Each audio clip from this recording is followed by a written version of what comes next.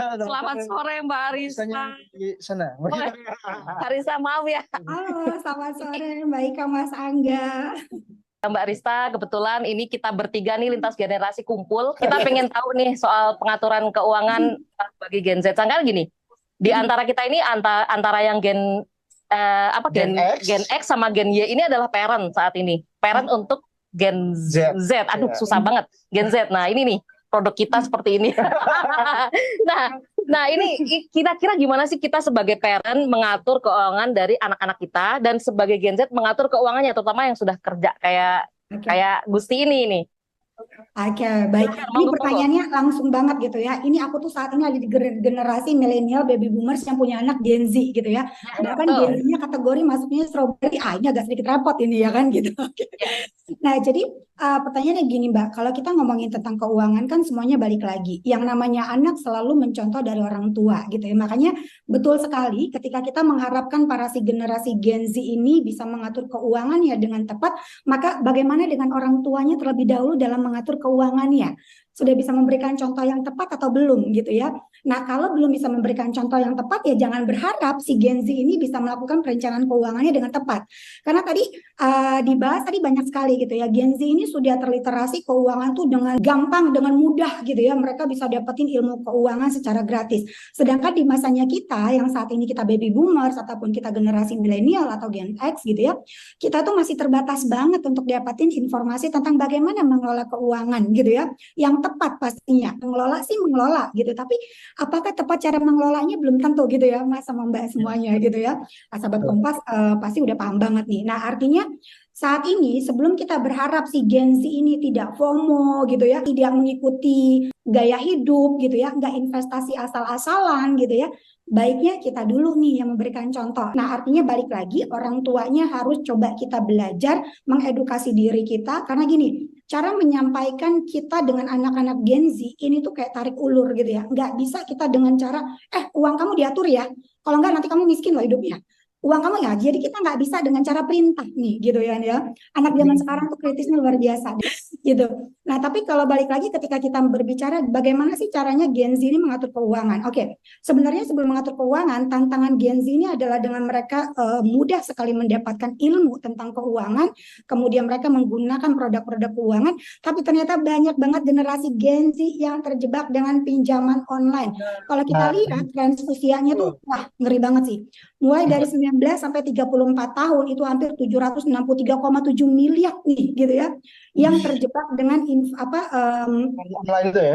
Pinjol gitu ya, dan rata-rata 19 tahun. Aku rasa kayaknya begitu punya KTP langsung foto kayaknya ya gitu. Gitu ya. Langsung bisa cair.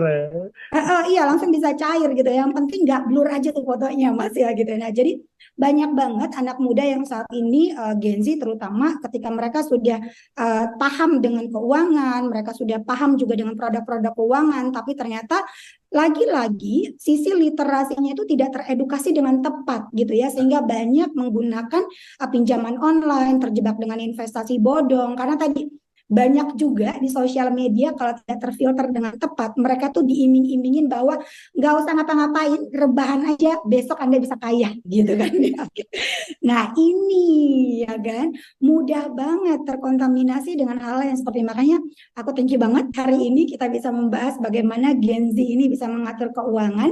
Tantangannya itu luar biasa gitu ya. Satu, pada saat kita mengatur keuangan, kita sebagai orang tua harus memberikan contoh. Nah, bagaimana dengan Gen Z sendiri? Karena tadi ketika Gen Z ini diatur keuangan, nggak bisa ya, kamu investasi dulu buat masa pensiun ya, nggak bisa. Gitu ya, kita harus gini, oke, berapa sih dari pendapatan kamu tiap bulan? Contoh, let's say misalnya 10 juta. Oke, dari 10 juta, mindset kamu tentang uang ini, uang untuk apa? Oh, aku biasanya uang itu untuk liburan Karista, gitu kan ya. Oke, ini dulu yang terbentuk dengan mereka. Oke, yuk kita anggarin dulu, mau liburannya kemana? Kasih yang mudah dulu buat mereka. Jangan yang, kamu tuh harus siapin untuk dana pensiun ya, nanti kamu merit ya. Mereka udah males nih ya kan, gitu. Kayaknya bebannya berat banget, padahal baru lulus kuliah loh ya, gitu kan.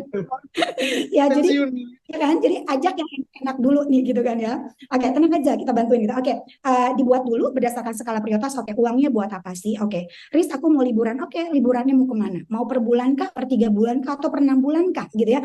Kita buat anggarannya aja terlebih dahulu. Nanti kita lihat. Kalau perlihannya ternyata kurang, yuk kita kurangin bareng-bareng. Nah itu kan lebih enak tuh kita ya untuk apa ya mengajak mereka untuk yuk mulai mengatur keuangan gitu. Nah kemudian yang kedua mereka ini punya pendapatan yang lumayan tinggi saat ini. Kalau kita tuh dulu kayaknya punya pendapatan 1 juta aja kayaknya tinggi banget. Saat ini mereka tuh punya pendapatan 10 juta, 15 juta, 20 juta tuh kayaknya wow, udah luar biasa banget gitu ya. Nah, tapi tadi ketika punya pendapatannya tinggi, artinya pada saat mengatur keuangannya adalah harus diberikan, ayo secara teman, kamu butuhnya apa sih? Uangnya mau kemana sih? Oke, yuk kita anggarin gitu ya. Oke, contoh, Riz aku mau liburan kayaknya per 3 bulan. Oke, mau kemana? Bali atau kemana gitu. Oke, berapa yang dibutuhin? Kita anggarin aja terlebih dahulu. Oke, dari situ baru kita turun. Oke, kebutuhan kamu kayak makan di kantor seperti apa? Berapa gitu ya? Plus ngopi-ngopi cantik atau ngopi gantengnya gitu kan ya. Oke, kemudian selanjutnya adalah transportasinya. Oke, kemudian berikutnya adalah kamu ngasih orang tua nggak? Karena nggak menutup kemungkinan Gen Z saat ini termasuk juga generasi sandwich dan kayaknya akan masuk ke dalam generasi ayam geprek gitu ya Mbak ya, yang banyak banget tantangannya gitu. Oke, jadi kita juga pertanyakan ya kan membantu orang tua adik atau enggak gitu ya. Nah kemudian selain tadi kamu mau healing tujuan keuangan kamu tuh buat apa sih gitu ya? Apakah kamu misalnya ada skincare-nya, kecantikannya gitu ya atau kebutuhan yang lainnya. Nah itu kita breakdown. Kalaupun nanti ternyata kurang, biasanya yang saya lakukan adalah oke, kalau dari sini kamu hanya untuk hidup sementara. Bayangkan kalau misalnya next kamu terjadi PHK secara massal, at the end kamu nggak punya uang segala macam, siapa yang mau tanggung? Seberapa financial independent orang tua saat ini. Nah, biasanya kita memberikan edukasinya seperti itu.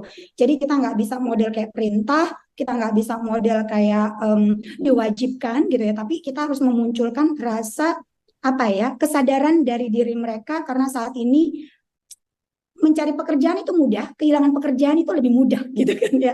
Marista izin tanya nih Mbak. Ya. Kan kita nih Gen Z nih selalu diwanti-wanti ya, kayaknya kelakuan kita tuh udah paling ugal-ugalan gitu Mbak. Apa aja kayaknya di kita gitu kesalahannya ya Mbak ya.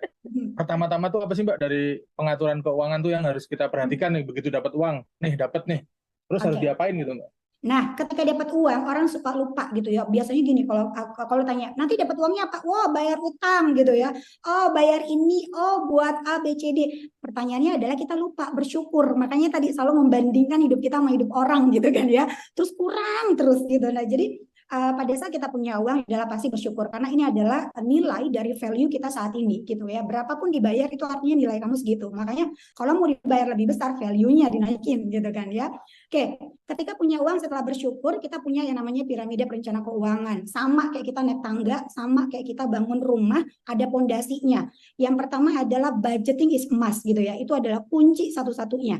Sebesar apapun pendapatan kita, kalau kita nggak punya anggaran, seperti kita nggak punya maps, maka tadi jalan uangnya bisa ke kiri, ke kanan, ke belakang, maju, mundur gitu ya.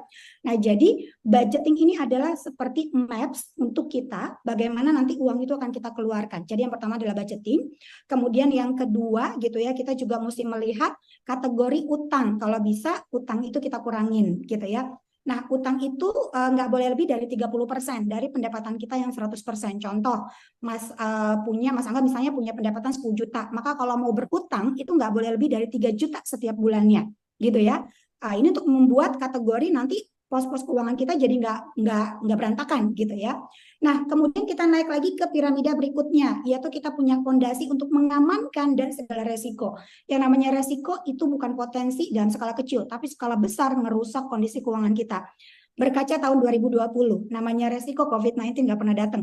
Tok-tok, Mbak, Mas Angga, aku mau datang, aku resiko. No, enggak. Gitu ya. Tapi begitu dia datang, hilang pendapatan. That's why kita punya mitigasi resiko untuk mengamankan fondasi keuangan kita dalam bentuk misalnya satu, dana darurat. Udah punya belum dana darurat? Jangan-jangan darurat dulu dananya gitu ya. Ya. Dana darurat, ngeri Ya kan? Jangan-jangan darurat dulu. Nanti udah lama nggak komunikasi tiba-tiba WA gitu ya. Totong utang duit gitu. Nah itu jadi punya dana darurat, kemudian punya mitigasi resiko dalam bentuk perlindungan asuransi, baik dia jiwa, kesehatan maupun penyakit kritis. Nah baru tahap ketiga gitu ya, ibarat kayak naik tangga, satu-satu dulu diselesaikan. Yang ketiga baru kita ngomongin tentang investasi. Mau punya aset apa? Aset satu, jadi dua, jadi tiga, jadi empat. Jadi itu ada journey-nya. Tapi kebanyakan faktanya adalah ketika punya uang, nggak punya budgeting, tiba-tiba wow, kata influencer, investasi itu bagus gitu ya. Investasi ini cuan 50%, besok klub gajinya masukin investasi. At the end besok, ternyata salah, zonk. Kemudian besok berdoa di sosial media gitu ya. Wah, pemberitahuan sosial media, investasi ini nggak bagus. Akhirnya muncul trauma sendiri. Nah, kayak gini. Jadi, satu, dibuat budgeting. Budgeting itu adalah seperti maps yang membantu kita untuk mengarahkan uang ini mau dikemanain. Biar uangnya nggak nyasar gitu ya. Nah, yang kedua, kita punya sisi pengamanan, baik itu dana darurat maupun dari sisi asuransi. Yang ketiga, baru kita mau pakai kendaraan apa nih investasinya buat kita sampai ke tujuan baik jangka pendek, menengah maupun jangka panjang. Kurang lebih begitu, Mas Angga. Mbak Rista tanya lagi nih Mbak buat Gen Z yang baru kerja gitu Mbak. Ya. Ini kan Gen Z baru kerja tuh mungkin belum ngawang ya tujuan finansialnya tuh apa gitu. Ya. Sebenarnya apa sih yang harus dipunyai dulu gitu Mbak buat Gen Z? Yang prioritas yang prioritas benar. Apakah harus punya dana darurat dulu nih? Apa tabungan tuh sebenarnya gunanya buat apa sih Mbak gitu, atau nyisain uang aja atau emang harus dikasih tujuan nih tabungan ini untuk apa gitu? Oke. Sama aku tuh ibaratnya yang simple banget. Mas sama Mbak, ketika kita punya kendaraan, kemudian kita keluar rumah pakai kendaraan, tapi kita nggak tahu tujuannya. Padahal bensin kita full gitu ya. Kemudian kita keluarin nih mobil dari garasi, kita nggak punya tujuan.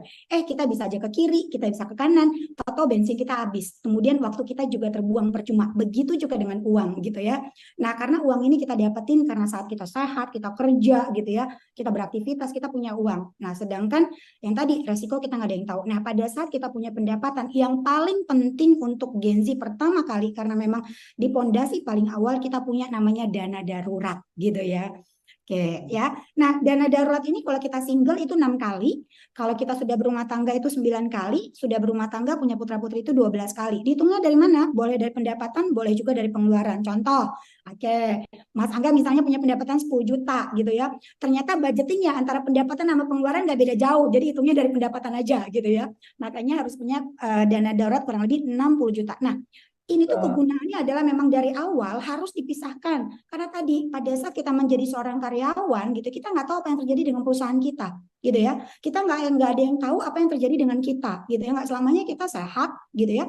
Perusahaan juga nggak selamanya sehat. That's why kita harus mandiri, punya kantong dana darurat yang kalaupun sewaktu-waktu kita kena PHK atau kita nggak bisa bekerja lagi, ada dana yang bisa kita gunakan selama kurang lebih 6 bulan untuk membiayai kebutuhan hidup kita, sembari kita mencari pengganti yang baru gitu. Tapi kita punya target limit hanya 6 bulan ya. Sebelum 6 bulan harus punya pengganti pendapatan. Kurang lebih seperti itu, Mas.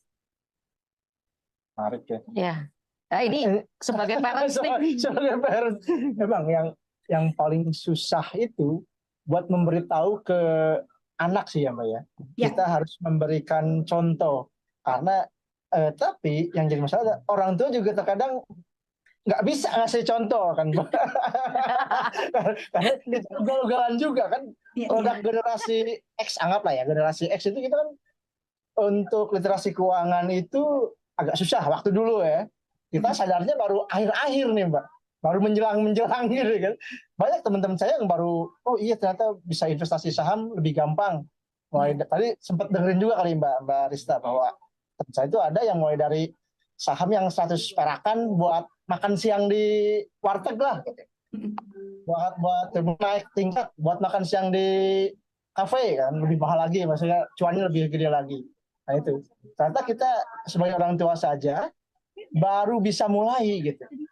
Itu sebenarnya gimana ya Mbak enaknya buat kasih tahu ke si anak itu, karena contoh kok kayaknya kita nggak bisa juga kasih contoh gitu. Karena kan kita harus contoh juga dari orang tua. Ini jadi perencanaan keuangan nih buat milenial dan Gen Z. Betul. Cari Rista langsung, Rista bantu gitu kan. Baik, baik. Jadi memang tantangan kita sebagai orang tua adalah gini, kita terjebak dengan mindset pola asuh yang lama gitu ya, yang gimana anak harus ngikut apa kata kita.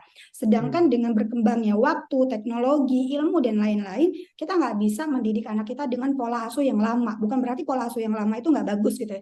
Semua bagus. Tapi cara kita menyampaikan kepada putra-putri kita yang saat ini Gen Z, itu nggak bisa. Jadi mereka tuh benar-benar mereka lebih kritis, mereka lebih tahu ilmunya dari kita, maka kita akan dianggap seperti kenapa sih papa mama ini? Apa sih ayah ibu ini gitu? Kayak annoying dibuat mereka gitu ya.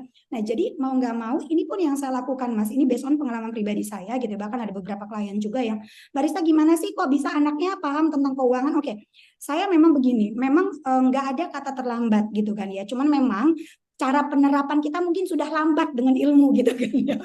Karena kita udah termakan usia gitu ya Mas ya. Jadi nggak apa-apa daripada nanti anak malah main kucing-kucingan dengan kita gitu. Jadi memang kita harus spend waktu untuk belajar tentang keuangan. Kalau perlu pada saat belajar itu anaknya diajak, papa sama mama lagi mau ikut kelas webinar tentang investasi nih, kamu ikut nggak kak gitu. Karena papa mama juga nggak ngerti, siapa tahu kamu ngerti nih kak gitu. Jadi bisa langsung pada saat webinar kamu bisa contohin ke papa mama nih gitu. Jadi kayak kita pura-pura bodoh tapi sebenarnya nggak bodoh juga gitu kan ya. Jadi inilah yang trik-trik yang seperti ini yang akan membangun engagement kita juga dengan anak. Akhirnya kita bisa berdiskusi, anak juga wah papa mamaku dia belajar investasi nih. Papa mama aja udah mulai belajar di usia segini, masa aku enggak sih gitu. Even pun sama-sama kita masih belajar gitu, tapi paling enggak ini pada saat kita berkomunikasi nyambung nih, sefrekuensi nih. Karena anak Gen Z saat ini melihat, aduh emak gue udah terlalu out banget nih pola pikirnya gitu kan ya gitu. Kalau out money sih nggak apa-apa, tapi kalau out pola pikirnya agak repot nih gitu kan ya.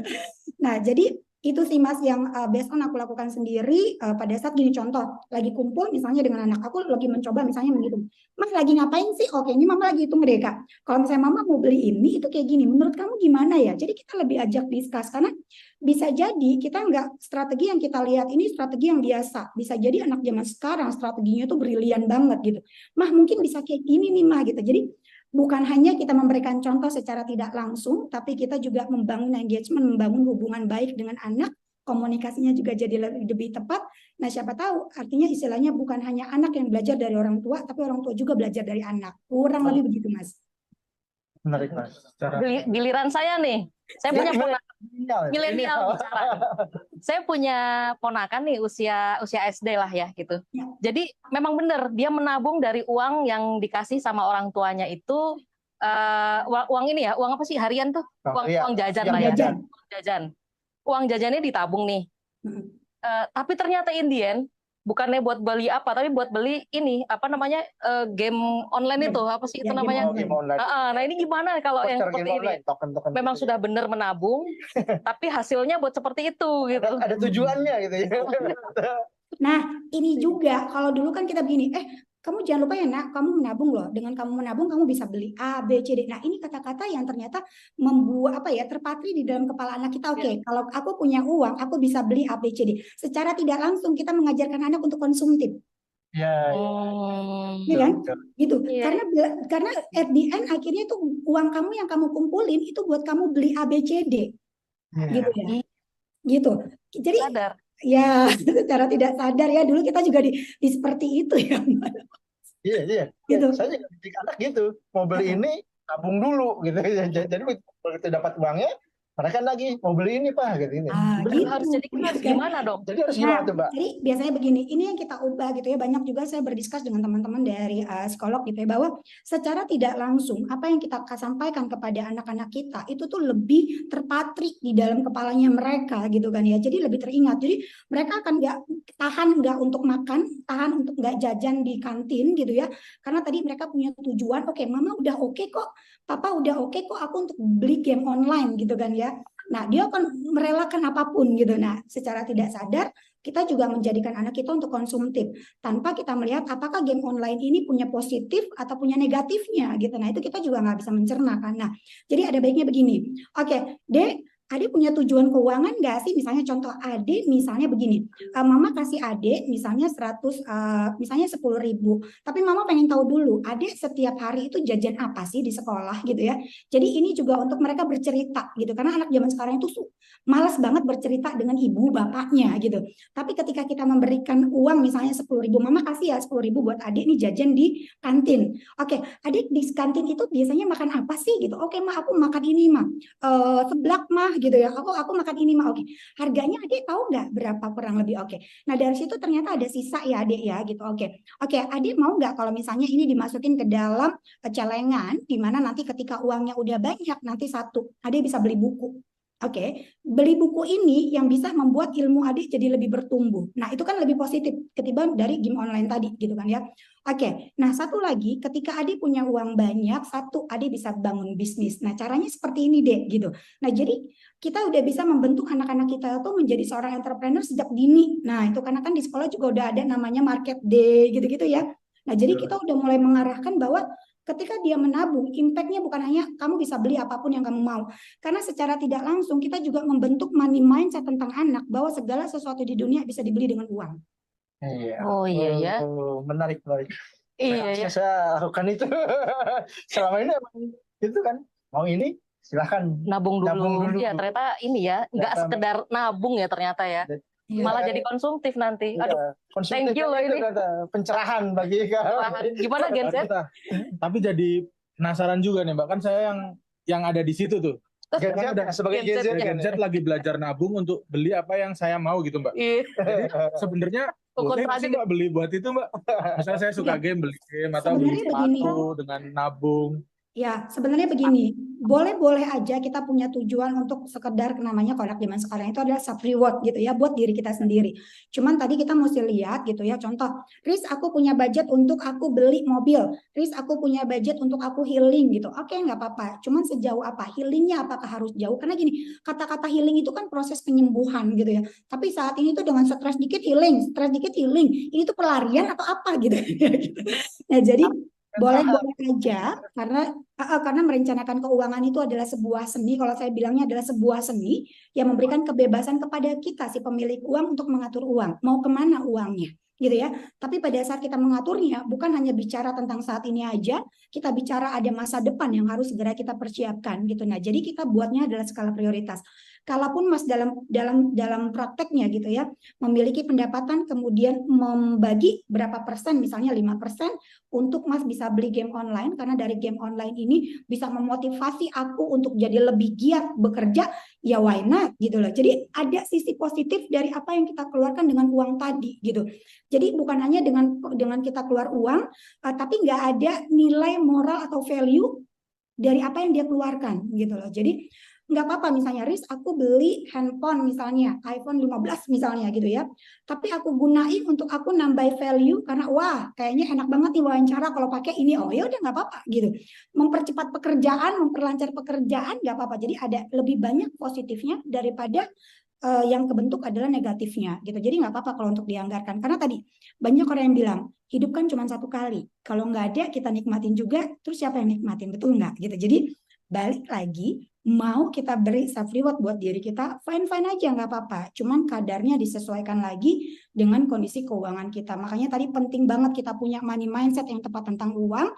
Kemudian kita juga penting banget punya financial self awareness, artinya tahu posisi keuangan kita ada di mana. Nah, ini poin 2 yang penting banget untuk kita improve lebih jauh kepada generasi Gen Z untuk mereka lebih paham. Tapi cara mengedukasinya adalah dengan kita berdiskusi gitu. Oke, menarik sekali. Kalau yang sekarang itu kan konsepnya back to apa frugal living gitu Mbak. Ya. Yang hidup tersederhana itu loh Mbak. Nah, itu sebenarnya super hemat. itu gimana sih Mbak? Ada apakah masuk dengan ideal? yang bagus gimana gitu untuk. Oke. Jadi gini, soalnya gini Mbak. Iya, balik lagi Mbak. Karena kan waktu pas di kita itu kayak nggak semuanya ada gitu. Yang anak milenial sama Gen X ya, itu kan dulu kita mau apa-apa nggak semuanya ada. Sementara anak Gen Z ini kan semuanya serba ada. Bahkan papa mamahnya mungkin sudah berpenghasilan lumayan gitu ya. Nah ini gimana biar mereka tuh nggak merasa semuanya serba ada, nyaman dan mengandalkan apa yang papa mamanya atau apa gitu. Apakah dengan konsep frugal living itu mencontohkan gitu. Oke, Yang ideal kayak apa sih Mbak gitu? Sebenarnya begini, banyak para orang tua yang punya inner child gitu ya, punya permasalahan Ya keuangan betul. zaman dulu gitu ya. Yang dulu kita keterbatasan keuangan, kemudian kita menanamkan dalam diri, aku harus rajin kerja biar anak-anak nggak susah. Pada saat kita sukses, anak-anak kita kasih fasilitas, yang salah siapa? Ya orang tua ya jadinya. Iya Ya benar kan? sih. Ya. Ya kan? Balik lagi loh, anak-anak itu diberikan privilege, diberikan A, B, C, D, jangan-jangan karena memang mindset orang tuanya. Karena aku dulu keterbatasan keuangan, mau ini nggak bisa, itu nggak bisa. Secara tidak langsung kita memberikan afirmasi dalam diri kita, kalau kita punya uang, anak jangan sampai susah. Loh, kita loh yang ngasihnya, betul nggak? Gitu. Tapi kalau sekarang anak, tapi pada saat dikasih kita fasilitas, tapi nggak dikasih edukasinya, ya begitu jadinya kan. Gitu. Nah, jadi pada saat kita memberikan fasilitas, kita juga memberikan edukasinya bahwa satu, papa mama mendapatkan ini tidak mudah, gitu ya. Yang kedua, papa mama melakukan ini karena memang sayang dengan kalian, berharap kalian tidak kekurangan, tapi tidak serta-merta kalian merasa semuanya ada. Gitu ya. Jadi harus ada value-nya juga untuk diberikan kepada anak gitu ya. Nah, tapi balik lagi gitu ya, banyak orang tua komplain dengan anak, wah ini anak nih kayaknya nanti nggak bisa mandiri deh, kayaknya nggak bisa tough deh, karena semua apa-apa dikasih sama orang tua. Lah tadi orang tuanya dulu yang harus memberikan perbaikan gitu ya dari sisi mindsetnya, ketika privilege itu semua ada, harusnya seperti apa memperlakukannya gitu ya. Nah balik lagi tentang frugal living, ini tuh semua pilihan gitu ya Mas sama Mbak, kita nggak bisa, wah gue nggak bisa nih hidup frugal living, karena semua balik lagi ada kelompok yang nyaman dengan gaya frugal living, ada juga yang nggak nyaman dengan frugal living. Semua balik lagi dengan tingkat kenyamanan masing-masing gitu ya. Kan kita dalam hidup itu punya value, hidupnya mau gimana sih gitu ya. Oke, kita mau jalankan dengan frugal living. Jadi frugal living itu kan kita berbicara, mereka udah tahu nih kondisi keuangan mereka ada di mana. Mereka udah sadar. Maka dari kesadaran itu mereka nggak akan menyia-nyiakan uangnya. Gitu kan ya. Kenapa? Karena ada tujuan-tujuan yang mereka harus segera provide dengan uang yang mungkin terbatas saat ini. Artinya mereka udah lebih dulu sadar. Gitu ya. Sedangkan di satu sisi ada orang yang bilang, alah rezeki mah gampang, tanggal 25 gajian, 25 lagi gajian kok, gitu kan ya. Ini masalahnya gitu ya. Kita nggak punya financial self-awareness bahwa kita tuh kondisinya segini loh. Kita tuh ke depannya ada ABCD loh gitu. Kalau kita nggak bikin skala prioritas kehidupan kita tentang keuangan, maka akan ada dampak ABCD. Nah, sedangkan dari teman-teman yang frugal living, mereka sudah mulai sadar kondisi keuangan mereka ada di mana, mereka sudah membuat prioritas dalam kehidupannya mereka ABCD, termasuk value apa yang mereka mau sampaikan dari frugal living yang mereka jalankan gitu. Jadi kita nggak bisa ngejudge bahwa frugal living itu suatu yang oke untuk mengurangi keuangan, enggak juga gitu loh ya gitu. Balik lagi kok gitu, karena banyak orang yang bilang frugal living tapi masih bisa beli mobil mewah ABCD. Lah itu tadi, frugal living dalam setiap orang itu kan pengertiannya beda-beda gitu kan ya. Jadi apapun konsep yang mereka lakukan, kita cuma mau pesan sih dari perencana keuangan bahwa satu, mencari uang itu tidak mudah, membarter waktu, tenaga, emosi, keluarga dan lain-lain dengan uang yang tertransfer ke rekening kita. So pada saat kita mengeluarkan uang, dipikir baik-baik apakah itu sesuai dengan yang kita pengorbanan yang kita lakukan untuk mendapatkan A, B, C, D tadi gitu. Jadi satu, uang bukan segalanya, tapi segala sesuatunya membutuhkan uang, betul ya. Segala lini kehidupan selalu berhubungan dengan uang, tapi balik lagi, uang nggak datang dengan sendirinya, gitu sih. Itu. Makasih Mbak Rista atas pencerahannya pada sore ini. Masih ada atau? Oke. Nanti bisa ini ya off air. Oke, boleh, sip. Thank you ya Mbak. Rista. Nanti next lagi ya. Oke, thank you semuanya. Terima kasih.